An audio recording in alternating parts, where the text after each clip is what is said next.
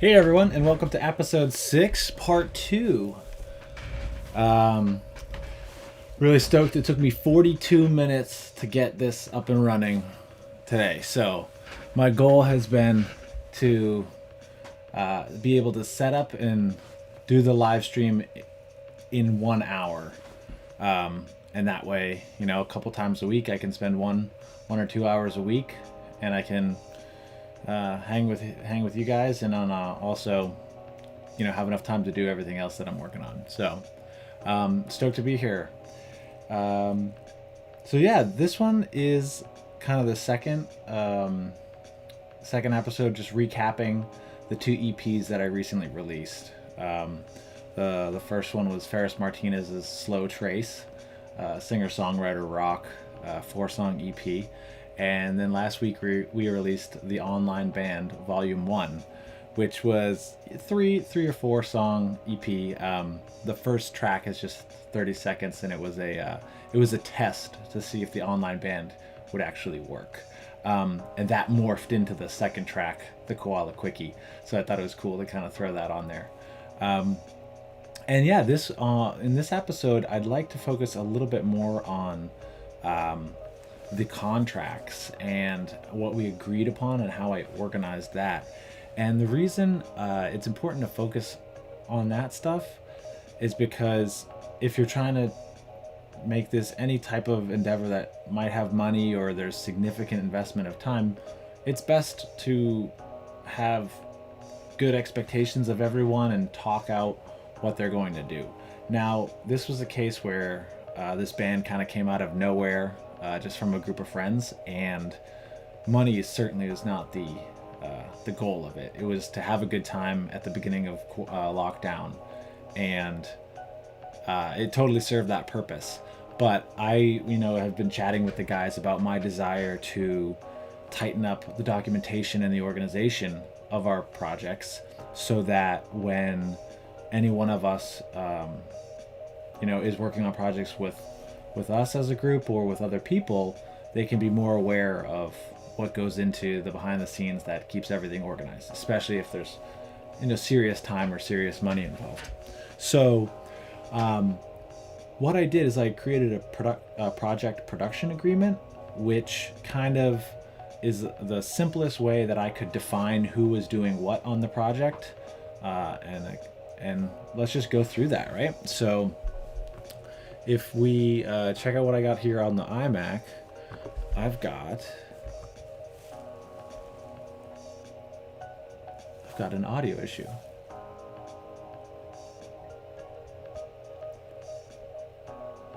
So I use Logic to monitor this, and every once in a while it institutes like a 3-second delay. But I think we're back. Okay. So yeah, so here we have the project production agreement, and I'll go through my thoughts on this and why I think it can help why it helped this project and why it can help future projects. So you want to name the project, and then right here is the scope, right? This is high level, what's going on, someone to get rooted in the context of what they're reading, right? And so I kind of tried to identify types of projects. It was a music and a video project. The scale of it was a 4-song EP. And you might not know all this information right out of the gate, but do your best, right? Then I think it's important to do time projections, because if we're valuing our time like we should be as creatives, you don't want to undervalue yourself by spending too much time on a project and not getting a return on it. Again, the return was joy and friendship and collaboration in this, but if you are going to apply a wage to this, or a determination if you should do this for a certain amount of money, or if you could even fit it into your schedule, it's important to project the time. So we figured, each individual player, performer, producer might have, put in 8 to 10 hours and about 100. This could be way off. I think it's probably a little bit more than that. But it's a good starting place. And as you do each project, you can refine your projections. And then especially that's helpful if you have to charge for your time. So then calendar time projection is about how long it took. And basically 2 months plus or minus. It kind of got born in April, well, March, April, May, right? And then in June, I had to focus on my job at Stern Grove Festival, so it kind of chilled out. But two or so months.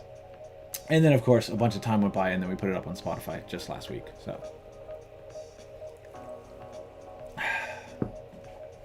So then we go into the project producing structure, and it identifies who's producing the project. I put this in there. Basically, I also built this out to be a project agreement that is mainly my stuff, right? So I put Joseph Stuff and Things as a producer, or who it is. So if I'm taking on a project solely and someone's going to pay me for my time, that would be option number one. But if it's friends or something, or it's other people, it's going to be someone else's name. Followed by the producing structure, it's the green light authority, and that's basically like we get through production and we're ready to market it and distribute it, right? Get it out there. Is it the producers get to choose? Is it everyone who is involved? Or is it, if it's an external person, a third party, and they give me a certain amount of money to produce their project, boom, it's all yours. I have nothing to do with it, right? I was just a producer that made it happen. So this is kind of important because democratic authority takes a lot of work, right? Because you have to respect everyone's wishes and hear it all out and reach a consensus. And, depending on the level of the project and the group, that can be something that you have to spend a lot of time working through. But I think it's worth it usually. Democratic authority really, I try to keep things as simple as possible, as fair as possible. Can we even be unfair to keep it simple? So can we just split everything down the middle, even if someone did a little bit more work, right? Let's be so simple that it's actually unfair, but it's all in the spirit of creativity and working together and things like that. So then this is where that can really help. And so this is the project revenue agreement. And this section identifies how any money that's earned is being split by the producers and contributors. I tried to simplify these projects down to two, right? So contributors and producers. And a contributor is anyone who contributes towards the development of the project. And then a producer is really the one who keeps it moving along and brings it to be able to be marketed or to be able to be put on streaming services. There's anyone can, let's just, for example, for songs, you can have a band and make a bunch of songs, but you have to go past that. You have to keep pushing it all the way to get it on streaming platforms, to build out a marketing plan, and then to continue to try to grow the audience.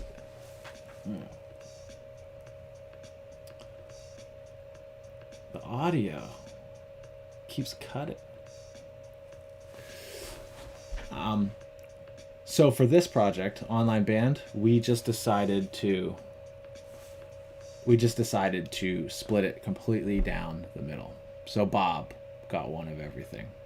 There's 8 people on the project, 100 divided by 8, 12.5% per credit. So if we make $1, everyone's getting 12.5 cents, and that's probably what's going to happen.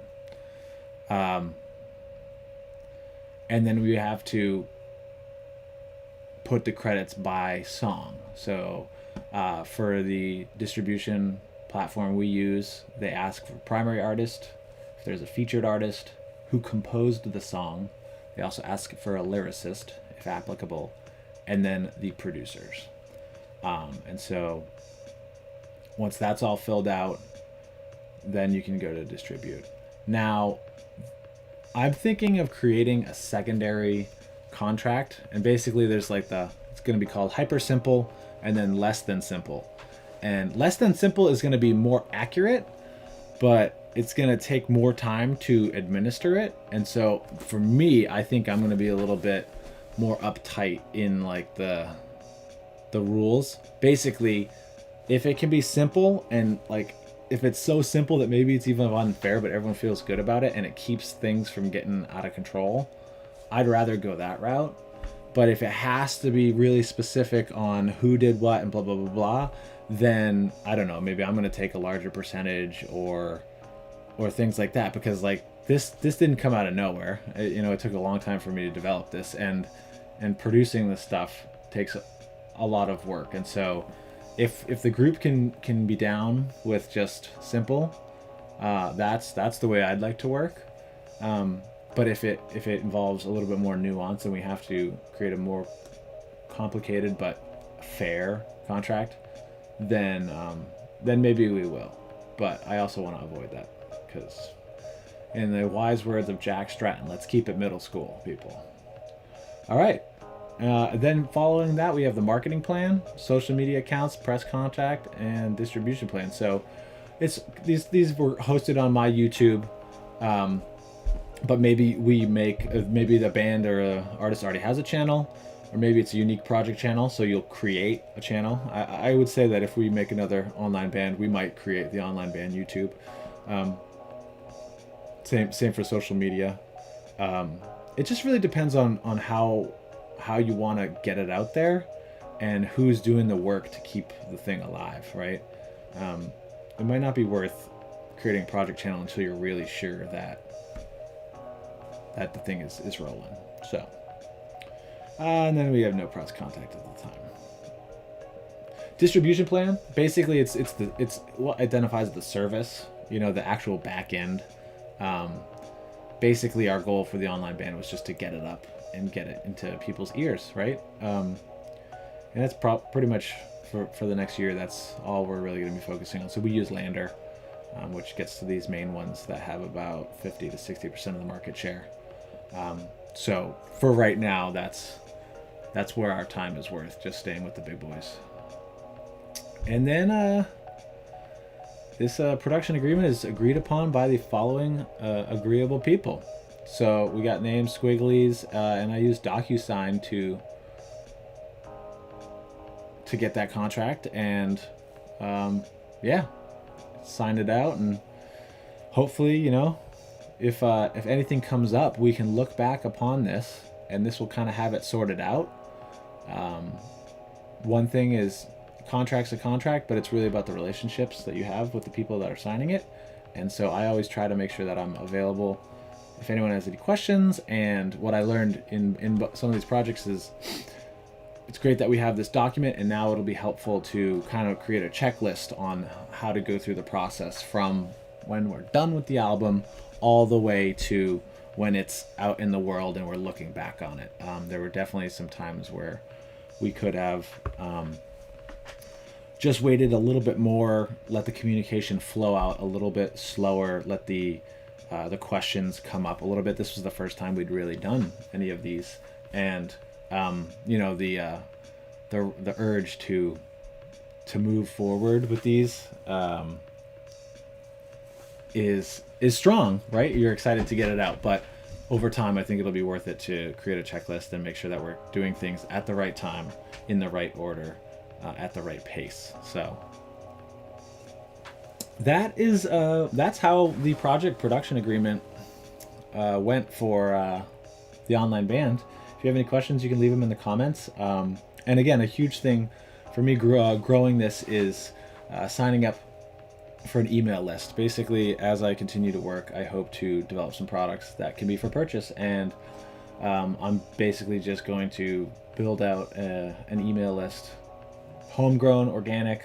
I'm not doing paid advertising or anything. So if you'd like to sign up for very, very infrequent emails, please go to josephsstuff.com and you can sign up there. I don't have any email that's even ready to be sent. So with that, I will sign off, and I'll catch y'all later. All right.